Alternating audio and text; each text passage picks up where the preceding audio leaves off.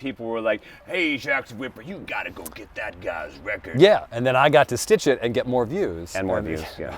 Jackson Whipper gets more views from saying he's not gonna do one of my records than actually from doing a record. 3, 2, 1. Hello, he is Adam Winrich, and I'm Jacques Z. Whipper. We're just gonna have a little chat.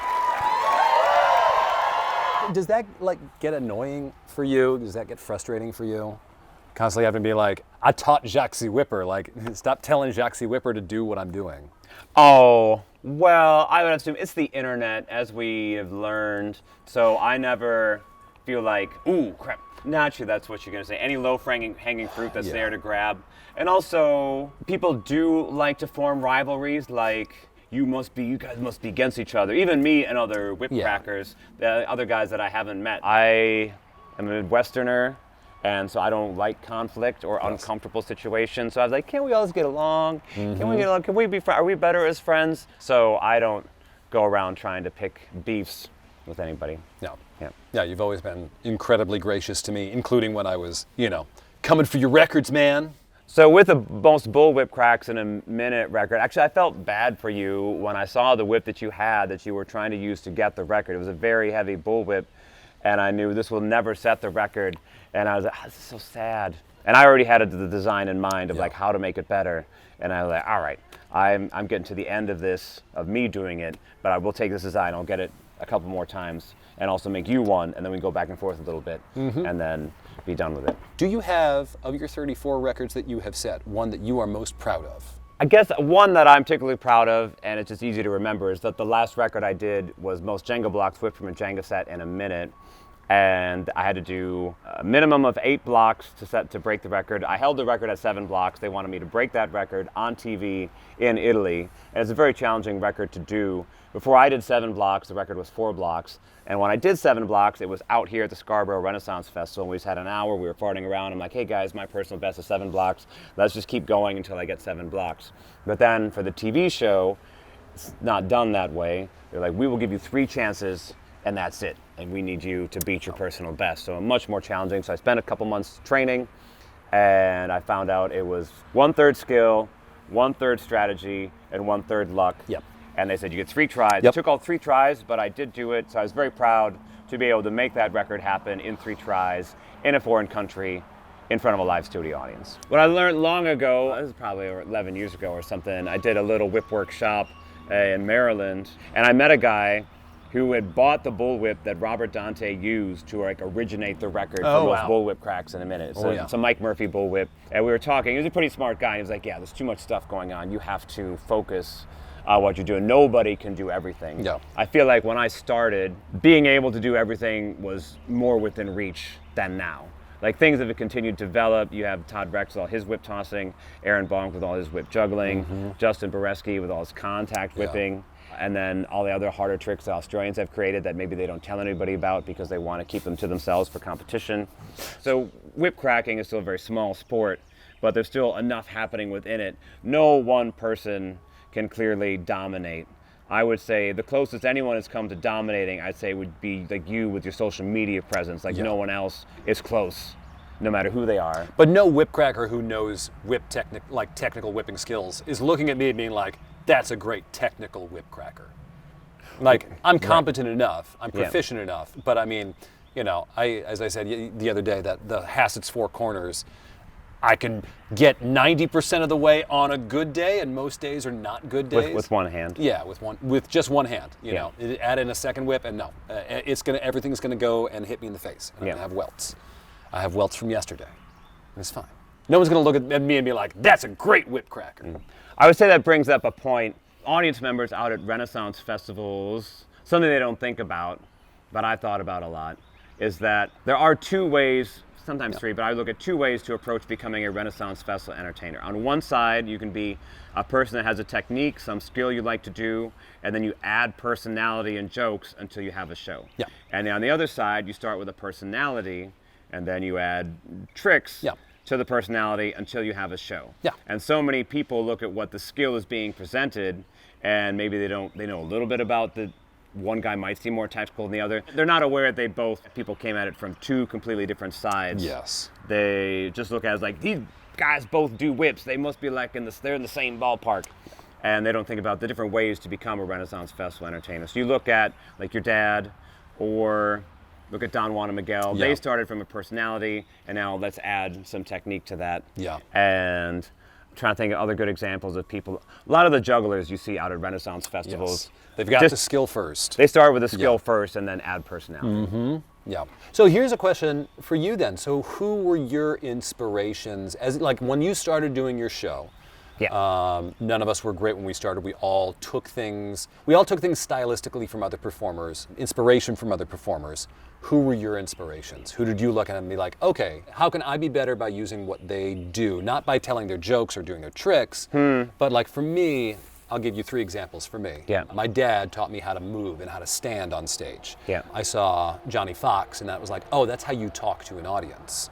And then I saw Paolo Garbanzo and I was like, oh, that's how you have joy on stage and how you show the audience that you're happy to be there, you're having fun too, and everyone has a good time because of it. Who were those people for you?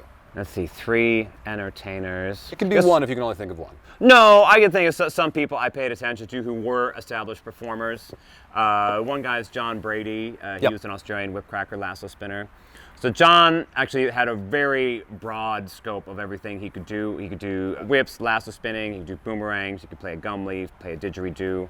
Because at one point, him and his wife would get hired to work clubs in Japan, a quintessential like Australian type show, and build himself as the Australians. But what I got from John Brady is basically, in terms of doing a show, it's better to be clean and fast than to try to be too technical and be sloppy. Okay. There are a lot of technical tricks you can do, and some I can do relatively fast, but like John Brady got a long way just doing a really fast, clean Queensland crossover, and that was his finale trick. And that's what jugglers usually have to learn, is that something done clean and fast rather than something technical will often go over with the crowd better. Yeah.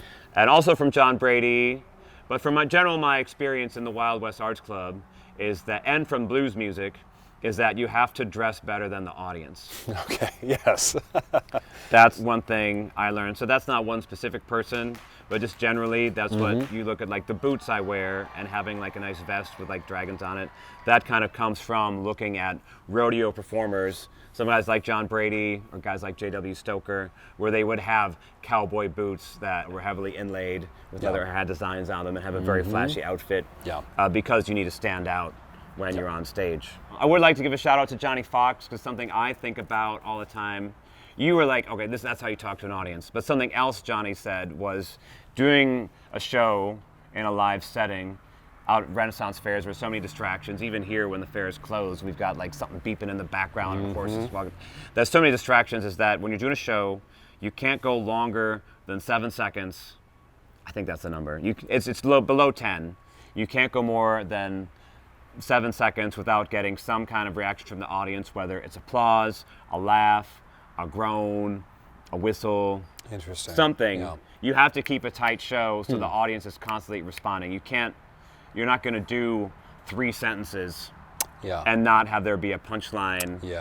Ideally, it would be 1 sentence. That's a really good point. One of the things I learned from Johnny, and I honestly couldn't verbalize this until this moment, is that silence, you don't always need to be saying something. Because Johnny, for those of you that don't know, one of his last bits was he would swallow a balloon, and then he would take a pin and he would take another little dagger and he would swallow that, and then he would jokingly that he was like farting the air that was in the balloon out. And this would go on longer than you would expect. He doesn't say anything for so long, but it's so funny. And that was what taught me, like, you don't always need to say something to get a reaction from the audience. But you need to be getting a reaction from the audience. Whatever you do. Yes, it can't just be pure silence. That's too much.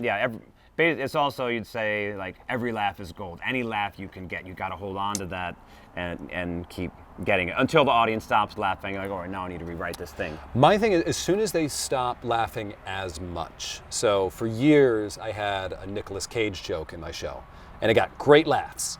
And over the last year, the laughs have gotten, they're still there, but if it was, before it was like 80% of the crowd laughed and like 50% of them just guffawed, now it's like both of those have dropped by like 10-20%, and I'm like, oh, Nick Cage isn't as much of a meme as he used to be, so I took that out. Oh. I want to start out with something. I don't care if it's bad, but I want to start with something, put it in front of an audience, and then they'll tell me what's funny or not. Yeah. It's rare for me to improvise something funny in the moment that I want to keep. Usually it's I will write something to get me started, and then I will put it in front of an audience, and the audience will tell me what's strong, what's weak, what stays, what goes. And even as you perform a routine, like something you add, they think stays, till finally you maybe skip it once, and you feel the response, and like, oh, that's got to totally go away now. That line, because I can feel the response, like I extended this too long, I thought that was a good joke, but it's not as good as I think it was. Yeah. We've already had enough jokes. So certain stuff where you just like, the main thing with Renaissance festivals is that doing bits, we're lucky that we're able to do a bit so many times in front of an audience and really polish it. I felt like that of my biggest influences performing, one of them I feel like is just being in this atmosphere. One of the main advantages is you get to do your show over and over and over again. So things will, if you have any inclination to improve, your show will improve rapidly. It's a unique form of performing, and one that I'm very partial to, one that I like a lot, one that is rough on the body, but it's good. We like it. I think that's good. I think we're going to leave it there. Adam Winrich, aka Adam Crack. Adam, what other shows are you doing this year? This year, I just finished the Arizona Renaissance Festival. Now I'm at the Scarborough Renaissance Festival through Memorial Day. I'll be doing the first 3 weekends of the Colorado Renaissance Festival as the Jacques the Whipper B team. Because Jack did not want to do all of Colorado this year. Then right after that, I'll do. Because I wanted to go to the Alaska show that you did last year. We're just trading. I told Jack I went to Alaska last year, and I told Jack he should go, and now he's going. And right after Colorado, I'll do all the Bristol Renaissance Fair, and I'm going to do 3 weekends of the Maryland Renaissance Festival in the middle. Yes. Cheers. Adam, thank you. Yeah.